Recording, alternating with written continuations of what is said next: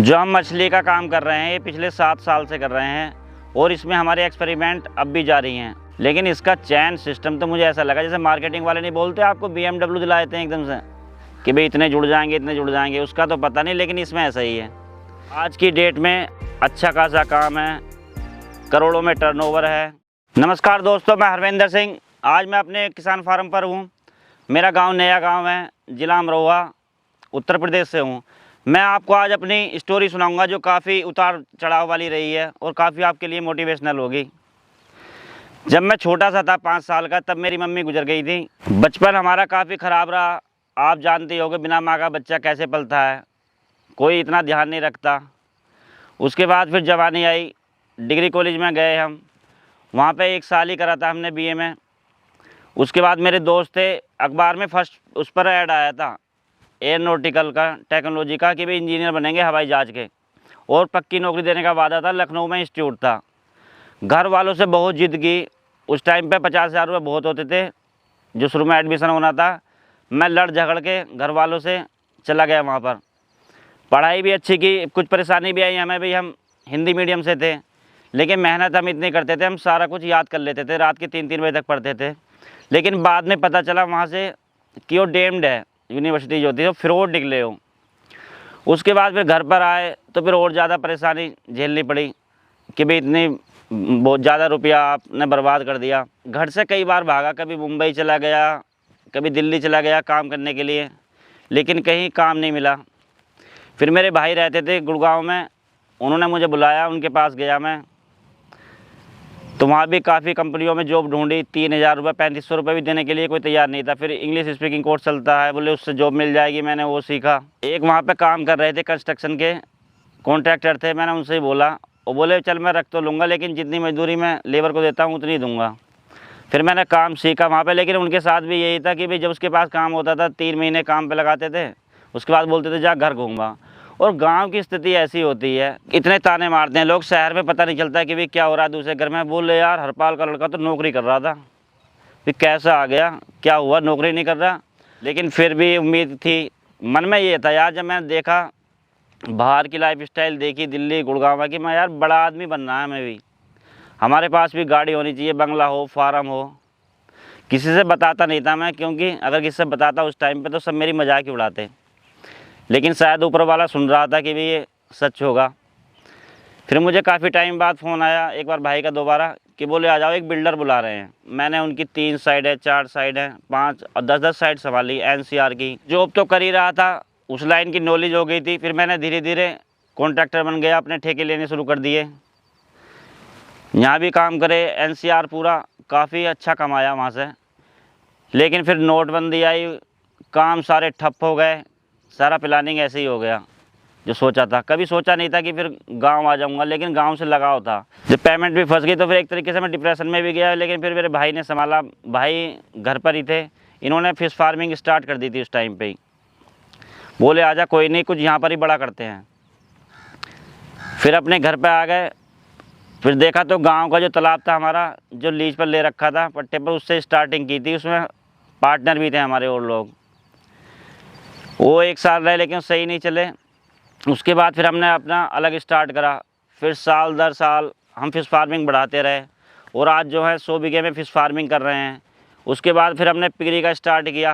Piggery का भी हम डेवलपमेंट करते जा रहे हैं, बढ़ा रहे हैं। आप देखोगे बहुत सारी वीडियो हैं। उसके बाद फिर गोट्री का शुरू किया, पोल्ट्री का शुरू किया। जो हम मछली का काम कर रहे हैं ये पिछले 7 साल से कर रहे हैं और इसमें हमारे एक्सपेरिमेंट अब भी जारी हैं और हमेशा जारी रहेंगे। मेरा ये मानना है कि जब तक हम ज़िंदा रहते हैं तब तक हमें कुछ ना कुछ सीखता रहना चाहिए। हम पंगेसियस कर रहे हैं, IMC कर रहे हैं, रोहू, कतला, ब्रिगेड। बाहर से बच्चा मंगाते हैं, यहाँ पर बड़ा बच्चा करके बेचते हैं। कुछ मछलियाँ अब हमने ये सोचा कि हमें हर बार जो है बीज जैसे बाहर से मंगाना पड़ता है, अपना ऐसा होना चाहिए कि अपना ही हो। जैसे गोल्डन हो गई, वो अपने ही बच्चे करती है। सिंगी हो गई, सोली हो गई। कुछ मछलियाँ इनमें ऐसी हैं जो 600 रुपये किलो हैं। ये जो हाई डेंसिटी में भी पाली जा सकती हैं और हाई प्राइस है इनके, तो ये हमने अभी स्टार्ट किया है। लेकिन ये पंगेसियस जो है हम पहले ही कर रहे हैं काफ़ी से। ये हमारी 1200 से लेकर 1500 कुंटल तक निकल जाती है, हार्वेस्ट हो जाती है। और हम साल भर में 2 कल्चर भी कर लेते हैं, तो इस हिसाब से आप 2500 तो एवरेज मान लो, 2500 कुंटल 1 साल में। और जो हमारा पिगरी फार्म है ये हमने बहुत छोटे स्केल से स्टार्ट किया था। 3 मादा थी, 1 बोर्ड था। लेकिन इसका चैन सिस्टम तो मुझे ऐसा लगा जैसे मार्केटिंग वाले नहीं बोलते आपको BMW दिला देते हैं एकदम से कि भाई इतने जुड़ जाएंगे, इतने जुड़ जाएंगे। उसका तो पता नहीं, लेकिन इसमें ऐसा ही है। 10 बच्चे, 12 बच्चे, 15 बच्चे। रात ही हमारी एक मादा भी आई है, उसने 15 बच्चे दिए हैं। और वो 6-7 महीने में तैयार हो जाती हैं। जो बच्चे होते हैं वो फिर क्रॉसिंग हो जाती है, फिर बच्चे।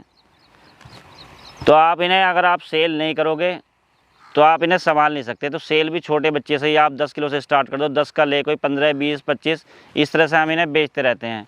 जो फार्म वाले हैं और डिमांड होती है उन्हें भी हमारे सप्लाई करते हैं। और जो कोई किसान भाई आते हैं हमारे पास, हम उन्हें प्रेरित भी करते हैं, मोटिवेशन भी देते हैं, सिखाते भी हैं। और जो परेशानियाँ या गलतियाँ हमारे साथ हुई हैं या जो धोखे हुए हैं, हम उन्हें बताते हैं कि उनके साथ ना हो, कि वो हमारी गलती से सीखें, अपनी गलती ना करें। समझदार भाइयों वही है जो खुद गलती ना करे, दूसरे की गलतियों से सीखे। क्योंकि ज़रूरी नहीं है खुद की गलती से सीखा जाए, क्योंकि आजकल समय बहुत कम रहता है। आज की डेट में अच्छा खासा काम है, करोड़ों में टर्नओवर है ऊपर वाले की दुआ से। तो जो युवा भाई हैं, मैं उन्हें ये संदेश देना चाहता हूँ, मैं भी आप ही की तरह आम आदमी हूँ। सभी के 2 हाथ, 2 पैर, 2 कान, 1 नाक, 2 आँखें होते हैं। भाई कभी भी उम्मीद मत हारना, मेहनत करते रहो, लगे रहो, सफलता ज़रूर मिलेगी। और जो लोग आपको ताने मारते हैं ना, वो तो आपको नोटबुक में लिख लेने चाहिए। किसी से लौट के जवाब मत दो, जवाब दो जैसे सचिन देता था। सचिन तेंदुलकर अपनी बैटिंग से जवाब देता था, अपने काम से जवाब दो। एक जुनून, चिंगारी होनी चाहिए आपके अंदर कि भाई कुछ करना है। रोटी तो यार कुत्ता भी खा लेता है, घर घर घूमता है। आप तो इंसान हो, इंसान का जन्म ऐसे ही नहीं मिलता।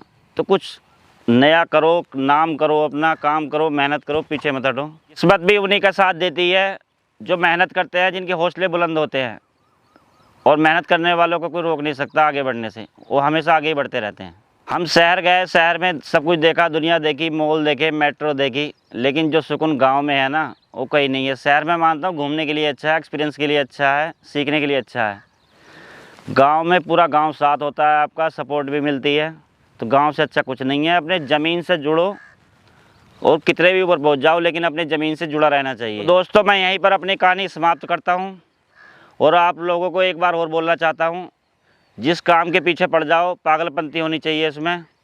जब आप किसी काम में घुसोगे तो रास्ते जो हैं अपने आप खुलते चले जाते हैं, अपने आप ही डायरेक्शन मिलती चली जाती है। पता नहीं चलता कि कहाँ से क्या हो गया। ऊपर वाला भी आपका साथ देता है, कोई विल पावर आपके साथ होती है जो आपको सपोर्ट करती है। तो सभी भाइयों को धन्यवाद।